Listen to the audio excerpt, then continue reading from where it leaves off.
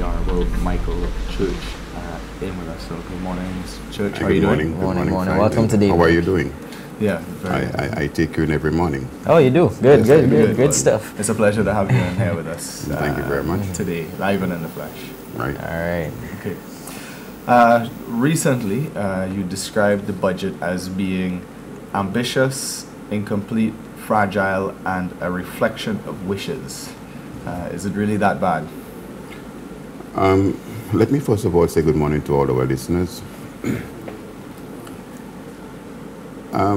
When I studied the budget document and I placed it in the context of the realities, the economic and financial realities, I concluded, and I believe logically so, that the budget is extremely ambitious and seriously a set of wishes.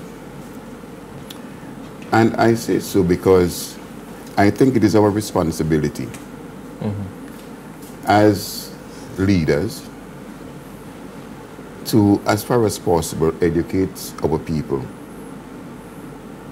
to understand precisely what the budget is and what its intention ought to be. I remember as a child growing up, we had basically two parties, GNP and GULP. And the progress of the country was measured by ordinary people by the size of the budget. Say, okay, well, my government better than yours because we gave a better budget or bigger budget. And I think we have to go beyond that. All right. Because we have to be able, when we present a package of initiatives, actions, activities, programs, projects, at the same time we must be able to say to the nation, look, we intend to pay for these things from these sources. And if we're not able to do that, then I'm afraid one could only see it as a bundle of wishes and intentions, but no serious and concrete way in which we say we're going to pay for it. And hence the reason I said the budget was lacking a very essential component, and that is that financing plan. That's the basis of my argument. You know? Okay. All right.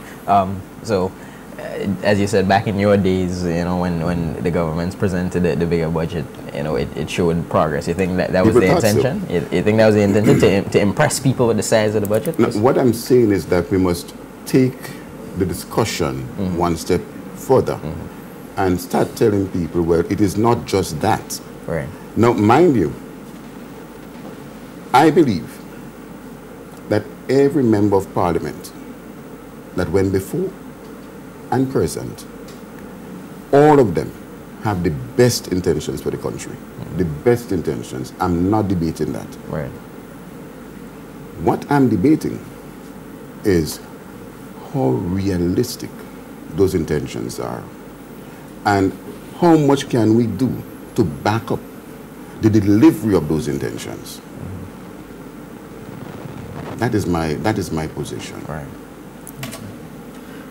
Would you say there are any positive aspects to the budget? Well, let me say that this way. If the government can raise the financing necessary to support the budget, I believe some very positive things will come out of it. And I think all the presenters in the parliament made this point either directly or indirectly. Now, yesterday evening, at the closing of the argument or the debate, something very unfortunate happened, and it caused me to think, you know, about our sincerity. Now, the Honorable Prime Minister was doing his delivery yesterday, and I have great respect for him. he made a number of statements which were incorrect. I had the choice to keen on a point of order or correction. I refused to do that. Rather, I sent him a note saying, Mr. PM, remember I was never part of any consultation with us. So I think you should inform the nation that at least Michael Church was not part of it. Mm-hmm. And I genuinely believed he was going to do that. Mm-hmm. Because as I said yesterday, I saw him on a roll. I didn't want to disturb him. Mm-hmm. And when he did attempt to address the issue, he made it to look as if Michael Church received invitations, right, but refused to come. Now, I want to make it clear, very absolutely clear to the nation, that on Friday evening, last Friday evening, I received an invitation from the cabinet, through the cabinet secretary, asking me to come to a meeting on Saturday morning. mm-hmm, Now, I have to remind ourselves that the budget was already presented by the Minister of Finance on Friday. So how could you have called me mm-hmm, to consult on the budget? The logic doesn't follow. And so it had to be another reason. right, I would think that maybe the intention was to call me to be part of a discussion to work out strategies as to how we would follow through with the debate. mm-hmm, But it was not to discuss the budget. The budget was presented. And it speaks a lot to how we do business. Because if you expect me to come and just write my support under something that I had no part of, now that is unfair to me and to my constituency. mm-hmm. And it speaks and so on to how shallow we view democracy and governance. I just want to go back a step for the people that don't know what the comment was exactly that the Prime Minister made. Well, I cannot say the exact and direct words, Mm-hmm. but the intention from the number of statements he made was to tell the nation Mm-hmm. that Michael Church is lying. And in fact, he was part of it. And look, I'm such a great Democrat that I even allow dissenting voices here. That was the essence of the thing. Because he claimed that he is this exemplary Democrat. Mm-hmm. You see, that was the context. And when we behave that way, it causes people to start debating and being suspicious of our claims of being honest and democratic. It's not good. So I'll make sure I have it right. So ultimately, everybody, all the ministers were invited at some point to comment on the budget or to have some input into the budget, except for yourself, and you had asked for a chance to do that, and the Prime Minister, you're saying, has suggested otherwise, that you were invited. Is that right? That's what he was saying. I'm invited. Okay. I was invited. But I also want to say that I cannot speak for the other people, because when the cabinet secretary called me, I told her that, I was rather surprised. I said, look, one, you were in cabinet while I was there. She was there as cabinet secretary. And I said, you saw how I was treated. And I have my pride. And I cannot come to this meeting. And secondly, I would not accept an invitation on Friday evening for a meeting on Saturday morning. Mm-hmm. But I went on to say to her, tell my colleagues, notwithstanding that, I have nothing, absolutely nothing against them, and I wish them well. Mm-hmm. That was my position. Okay. So what is your response to the whole thing now from the Prime Minister saying that. What has your reaction been, or is this your first reaction? Well, I'll be very honest. When that happened in Parliament yesterday, I was a little bit angry. Honestly, I was a little bit angry. But I was more surprised than angry. Mm-hmm. Because, as I said in my delivery, I found out in recent times, people are least expecting to do negative things end up doing them. And that was the case yesterday. I was very, very disappointed, And I know that the Prime Minister and myself don't see eye to eye on everything. But up to that point yesterday, before it happened, I always thought that we had a mutual respect and a mutual understanding of honesty towards one another. I may have to review that position.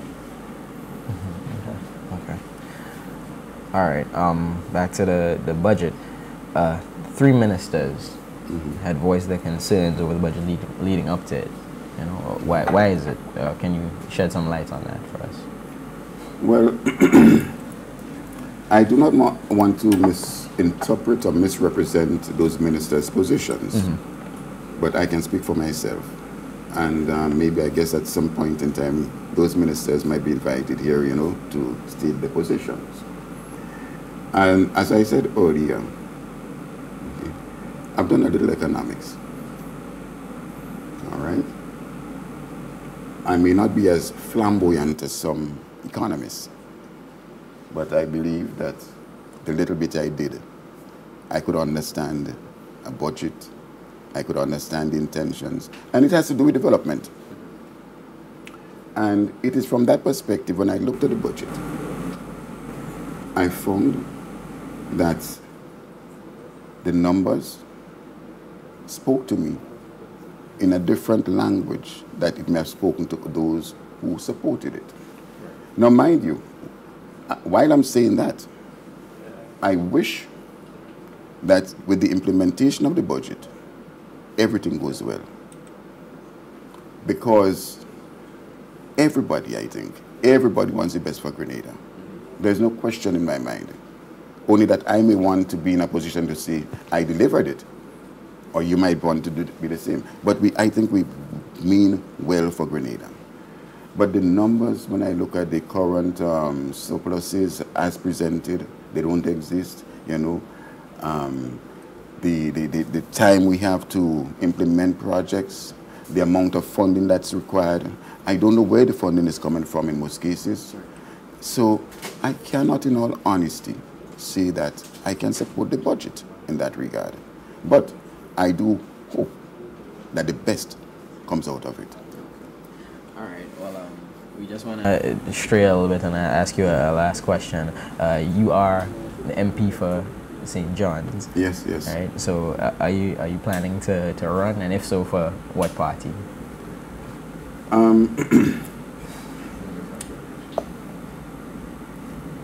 When people ask me those questions, I always say, if God gives me life and good health, I believe God would want me to represent my constituency once again. With whom?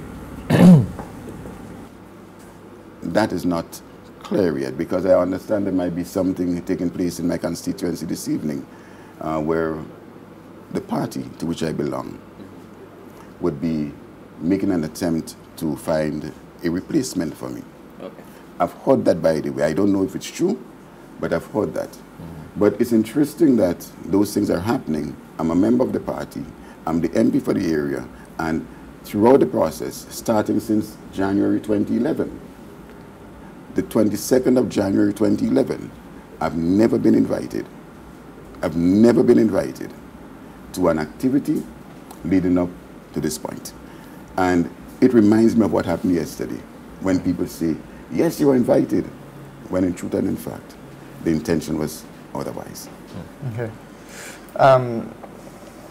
There's another recent article where you're saying that the government was being turned into a dictatorship. Why do you say that? Because of my experiences, one has to remember that I was part of the government as a cabinet minister, and I saw certain developments taking place. In fact, the first time I spoke to this came on the heels of an incident that took place in the cabinet. And I thought, well, no. And it happened to, strange enough, it happened to a cabinet member with whom I always argued. So it's not that I liked the person, so I defended the person, right? I was defending a principle. And when I saw that happen, and with my recollections of recent experiences, I asked for a break in the proceedings, and I said, let me, Mr. Chairman, who was the Prime Minister, address this issue. And I outlined, at that point in time, some of the elements I saw emerging. And I was very, very clear. I said to the Prime Minister at the time that, Mr. Chairman, that's how I refer to him in cabinet. I said, Mr. Chairman, you are not the dictator, so don't misunderstand me. What I'm saying is that there is a small clique that is endeavoring to create a dictatorship, and they're going to use your face. In fact, they've started using your face as justification for what they're going to do. So you better be careful. There's much more to be said about that, but I'll say it at the right place and a more appropriate time, because I don't think so early in the morning you must weigh down the nation with all your woes. Right. You know? All right. Well, thank you very much for coming on the show this morning and sharing your views and so on about the budget. This has been the Honorable Michael Church, MP of St. John's.